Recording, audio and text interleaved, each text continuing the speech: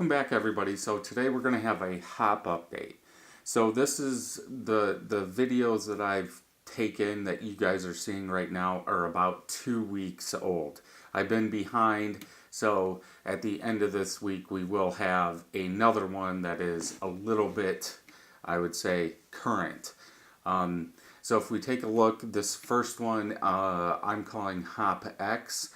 It's grown at my parents' house. As you can see, I've put it in a bucket, a 5-gallon bucket, and what I've done is cut out the bottom so that way the roots would grow down. And the one thing I'm noticing about this one is because it's shaded, it's not growing very well.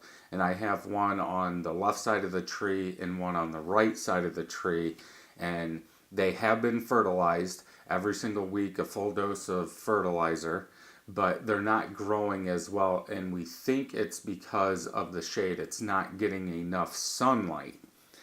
Also, at these next videos that you'll see, I do have 3 more hop plants out at my parents' house. I know one's a Cascade, but I cannot remember what the other 2 are.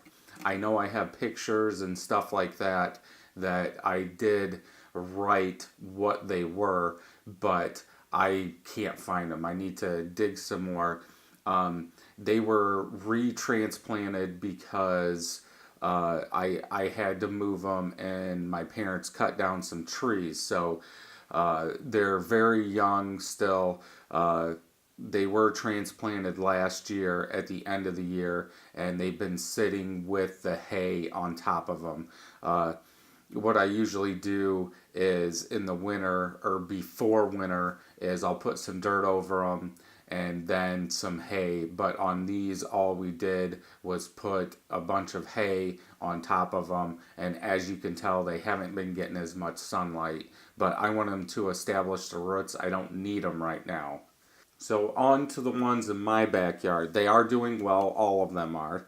So the first up is the Centennial, and as you can see from the Centennial, I am starting to get some cones. We do have flowers, so at this point we are going to stop fertilizing them. They should have enough fertilizer to last them the rest of the year. The only thing that we could do once the cones come on is we can put some manure, topsoil, planting soil, something like that, mix it together and put some more of that on there. Usually I don't.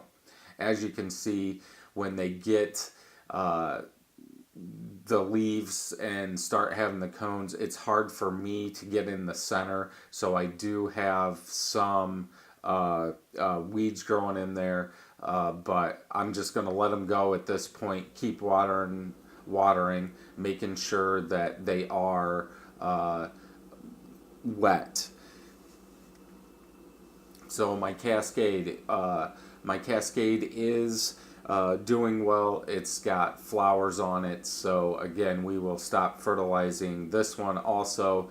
But as you can see between the two, usually my Centennial does produce cones first and finishes first every single year. Now I've only had these 2 years, but that's usually the trend.